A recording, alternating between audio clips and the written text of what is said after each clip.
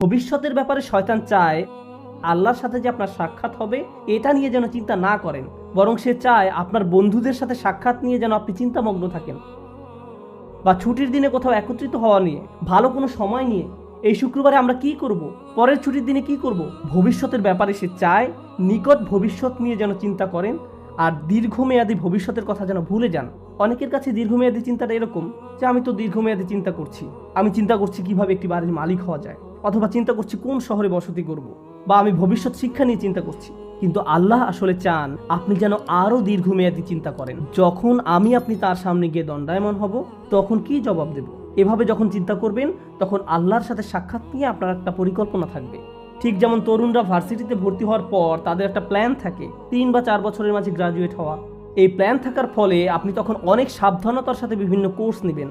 এই সেমিস্টারে কোনটা কোনটা নেবেন, পরের সেমিস্টারে কোনটা কোনটা নেবেন, এখন আপনার কাছে কত ক্রেডিট আছে, কোন কোন কোর্সগুলো ঢিলে ঢালাভাবে করলেও হবে, এই সকল ব্যাপারে আপনার সুচিন্তিত একটি পরিকল্পনা থাকে। যদি পিছিয়ে পড়েন তাহলে অতিরিক্ত কাজ করে তা পুষিয়ে নিতে হবে। কিন্তু যদি আপনার কোনো লক্ষ্য না থাকে, যারা ভার্সিটিতে যায় কিন্তু কবে গ্র্যাজুয়েট হবে এই ব্যাপারে কোনো মাথা ব্যথা নেই, 10 বছর যাবৎ ভার্সিটিতে পড়ে আছে, তোমার মেজর কোন বিষয় আমি এখনো ভাবছি, তোমার চুল পেকে গেছে আর এখনো মেজর সাবজেক্ট নিয়ে চিন্তা করছো, এরকম উদ্দেশ্যহীন মানুষও রয়েছে। শয়তান মানুষের এমন উদ্দেশ্যহীন জীবনই পছন্দ করে।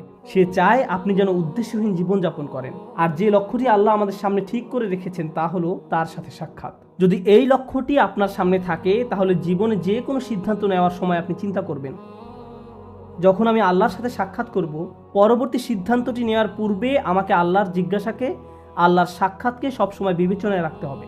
কিন্তু শয়তান যদি এই লক্ষ্যটি দূর করে দিতে পারে তাহলে আমার মাথায় এই চিন্তাটি আসেও না, আমরা তখন যা ইচ্ছা তাই করি। আল্লাহর চিন্তা আমাদের মাথা থেকে দূর হয়ে গেছে, কারণ শয়তান আপনার সামনে একটি আবরণ তৈরি করে দিয়েছে। ফলে আপনি আপনার সামনের অবশ্যম্ভাবী গন্তব্যের ব্যাপারে অন্ধ হয়ে পড়েছেন।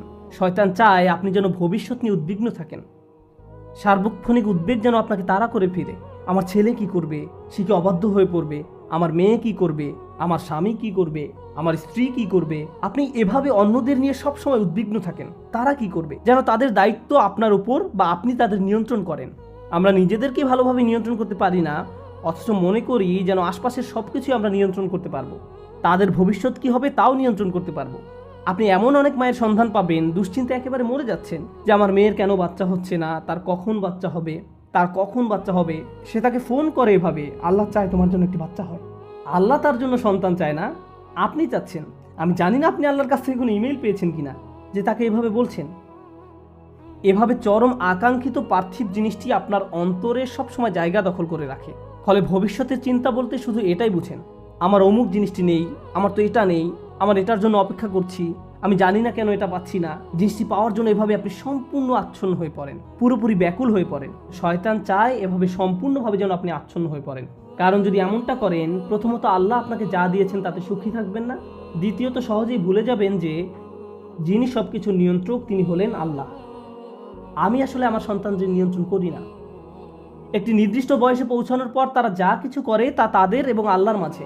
সর্বোচ্চ আমি যা করতে পারি তা হলো উপদেশ দেয়া, তাদের সিদ্ধান্ত একান্তই তাদের। যদি আমাদের রাসূলুল্লাহ সাল্লাল্লাহু আলাইহি সাল্লাম তার নিজ কন্যা ফাতেমার দিকে ফিরে বলতে পারেন, হে মুহাম্মাদের মেয়ে ফাতিমা, আল্লাহকে ভয় করো, আমি তোমাকে আল্লাহ তাআলার পাকড়াও হতে রক্ষা করতে পারবো না, তোমাকে সাহায্য করার মতো কোনো সামর্থ্য আমার থাকবে না, তিনি এটাই তার নিজের মেয়েকে বলেছেন।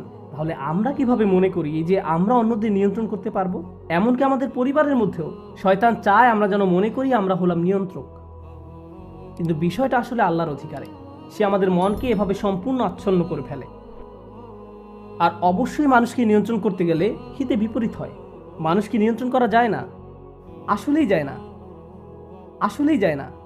আর যখন নিয়ন্ত্রণ করতে গিয়ে ব্যর্থ হন তখন আরও বেশি উদ্বিগ্ন হয়ে পড়েন, আপনি ক্রমাগত নেতিবাচক হয়ে পড়েন। আর আপনি যখন সম্পূর্ণ নেতিবাচক হয়ে পড়েন তখন আপনার পক্ষে কৃতজ্ঞ হওয়া অসম্ভব হয়ে পড়ে। খেয়াল করে দেখুন আয়াতটি কিভাবে শেষ হয়েছে।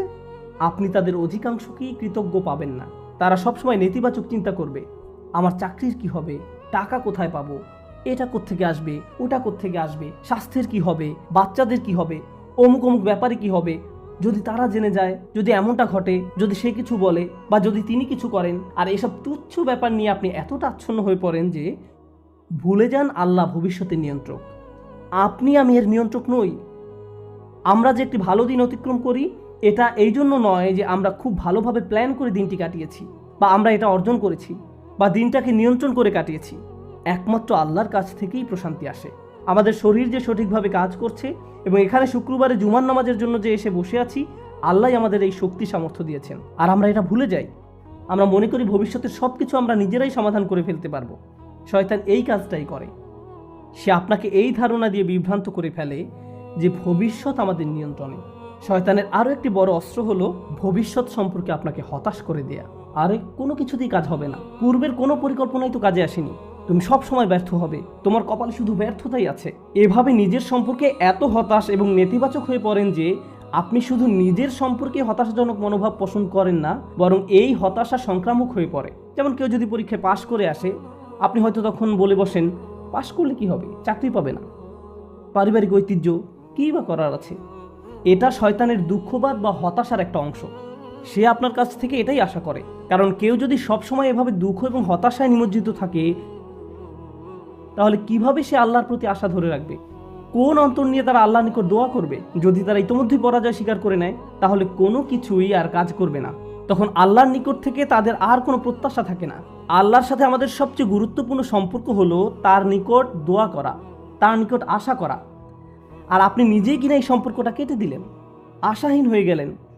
শয়তানের সংজ্ঞাই হলো সে আশাহীন, হতাশ, আর সে চায় আপনিও তার মতো আশাহীন হয়ে পড়েন। এভাবে মানুষকে সে সম্মুখ ভাগ থেকে আক্রমণ করে। মানুষ জীবনে বিভিন্ন লক্ষ্যবানে ছুটে চলবে, এটাই স্বাভাবিক। আর এই ক্ষেত্রেও শয়তানও আমাদের বিভ্রান্ত করে ফেলে। এটাও তার সামনের দিক থেকে আক্রমণের কৌশলের অংশ। আমি সামনের দিক থেকে আক্রমণের বর্ণনা দিতে গিয়ে অনেক লম্বা করে ফেলছি।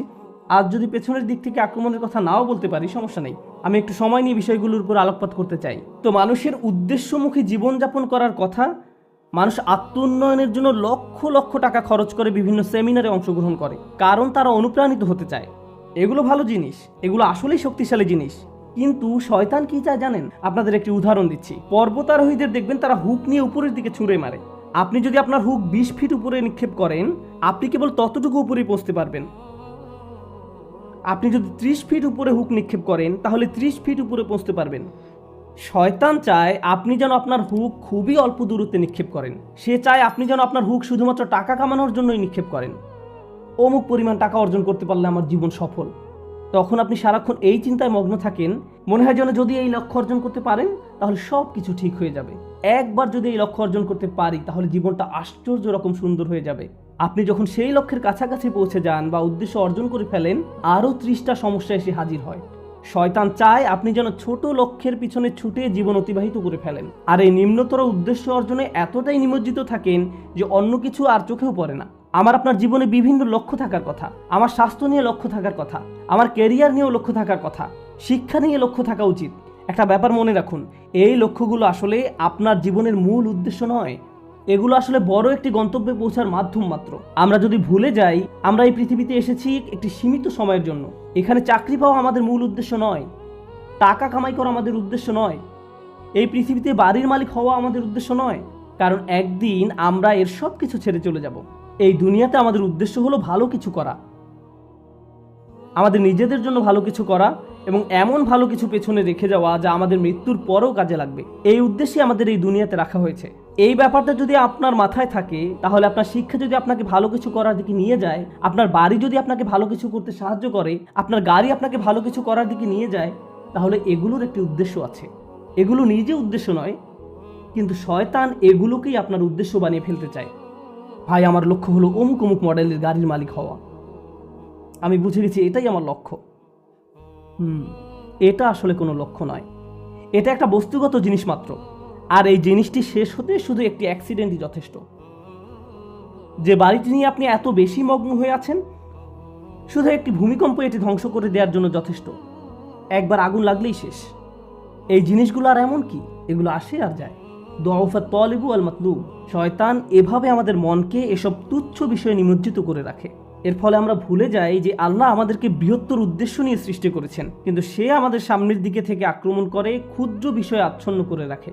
ফলে আমরা আমাদের সৃষ্টির উদ্দেশ্যের কথা ভুলে যাই। শয়তানের সামনের দিক থেকে আক্রমণ করা নিয়ে সর্বশেষ যে কথাটি বলতে চাই, আপনাদের অনেকের কপালে হয়তো সামনে অনেক টাকা আছে, আবার কারো কারোর জন্য জীবন হয়তো অনেক বড় বড় চ্যালেঞ্জ অপেক্ষা করছে, আল্লাহ জানেন। কারো কারো জীবন হয়তো অনেক সুখ অপেক্ষা করছে, আল্লাহ জানেন, আমরা জানি না।